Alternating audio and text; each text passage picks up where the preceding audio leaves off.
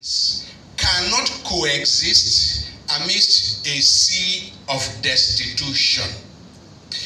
Those who are smiling to the bank after putting us in the mess of the moment must be reminded that in the process of evolution, if any species is overhunting and overexploiting the very resources that they depend on for their nourishment, sooner or later, or sooner than later, natural selection will take the predator out and restore some measure of equilibrium.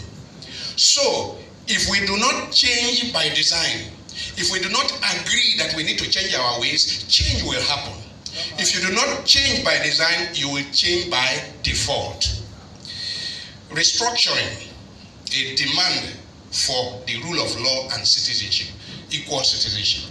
I see all the talk in the last few years for restructuring as something is about equal rights, equal citizenship. It's about rule of law.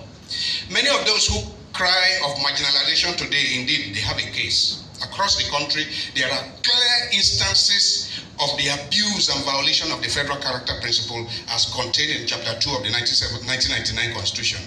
In the last few years, we have witnessed barefaced and brazen acts of nepotism and sectionalism, whereby federating units are not treated equally, rewards and particularly sanctions are not applied equally. I've just given the example of Mr. Ofiong, the lawyer in Akwa Ibom, who was thrown into jail as soon as he was accused of a contempt of court. Immediately, right from the court, he was taken to prison and had his hair shaven.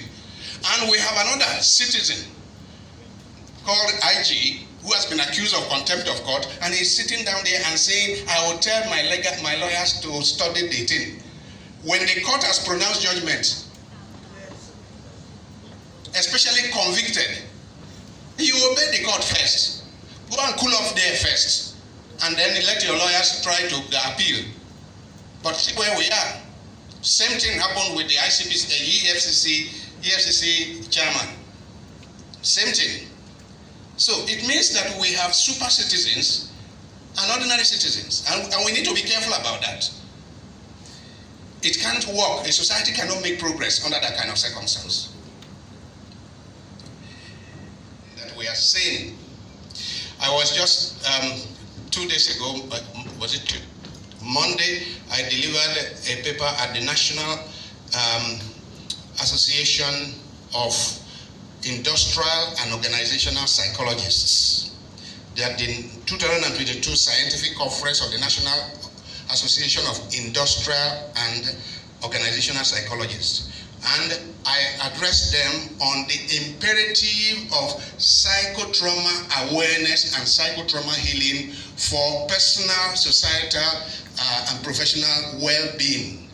My conclusion is that a lot of people, including many of us who are here, are not well. Because a lot of people are carrying the trauma of many terrible things that have happened that you have witnessed in your life, and they have effects on us. Experts have demonstrated that childhood trauma is responsible for a lot of misbehavior in adulthood. Those of you who are interested in that paper, you can ask me for it. And I hope some of you remember that last month, the wife of the president, Aisha Buhari, confessed that her husband suffered post-traumatic stress disorder and that he got no help from the government, from the army, no help. And it is not only him. We have been superintended, our affairs have been superintended over the years by people who have suffered post-traumatic stress disorder. So no wonder what we're seeing, because we have sick people in the country being ruled by sick people. Because if you really ask, normal people, healthy people do not behave this way. The Nigerian ruling class is perhaps among the most opportunistic and rapacious ruling classes in the world, constantly reinventing and reinvigorating itself and seizing every opportunity to violate and devalue the people they claim to serve.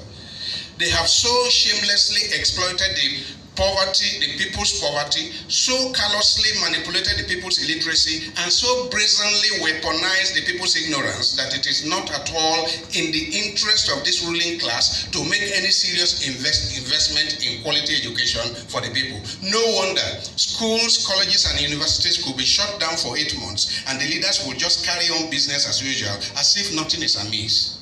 No wonder the government of a developing nation that has critical manpower needs could treat its public university lecturers as shabbily and as disdainfully as we have witnessed in the last few months.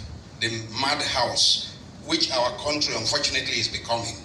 Some have felt pushed into crime, engaging in the infamous Yahoo and Yahoo Plus business. Or they are resorting to the now profitable enterprise of kidnapping for ransom, or the shocking and disgusting or nauseating business of killing and harvesting vital human parts, allegedly for money.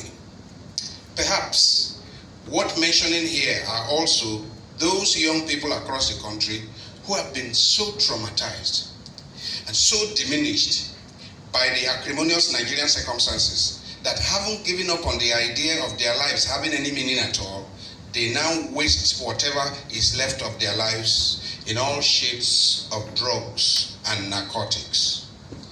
Now, with regards to the ravages of corruption, it is indeed most lamentable that while the generality of Nigerians are groaning under the weight of the ever worsening economic fortunes to which the government of the day has no answers, and while the National Bureau of Statistics announces that 133 million, that's about 63% of the Nigerian population, have now slipped into absolute poverty, the sensibilities of the Nigerian people are insulted by what has become a string of daily revelations of monumental corruption and reckless looting of state resources. There is no day that we do not hear revelations of monumental corruption. To the tune of hundreds of billions of naira, involving high-ranking officials of a government that rose to power on the back of an aggressive anti-corruption propaganda.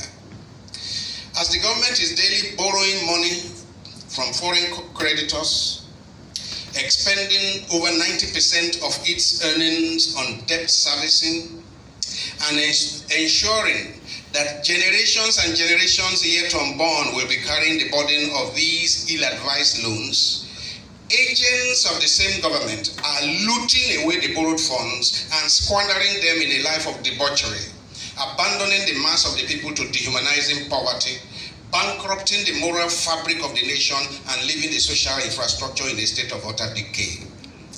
Corruption has become so institutionalized and so normalized that nearly every position of leadership is poisoned and polluted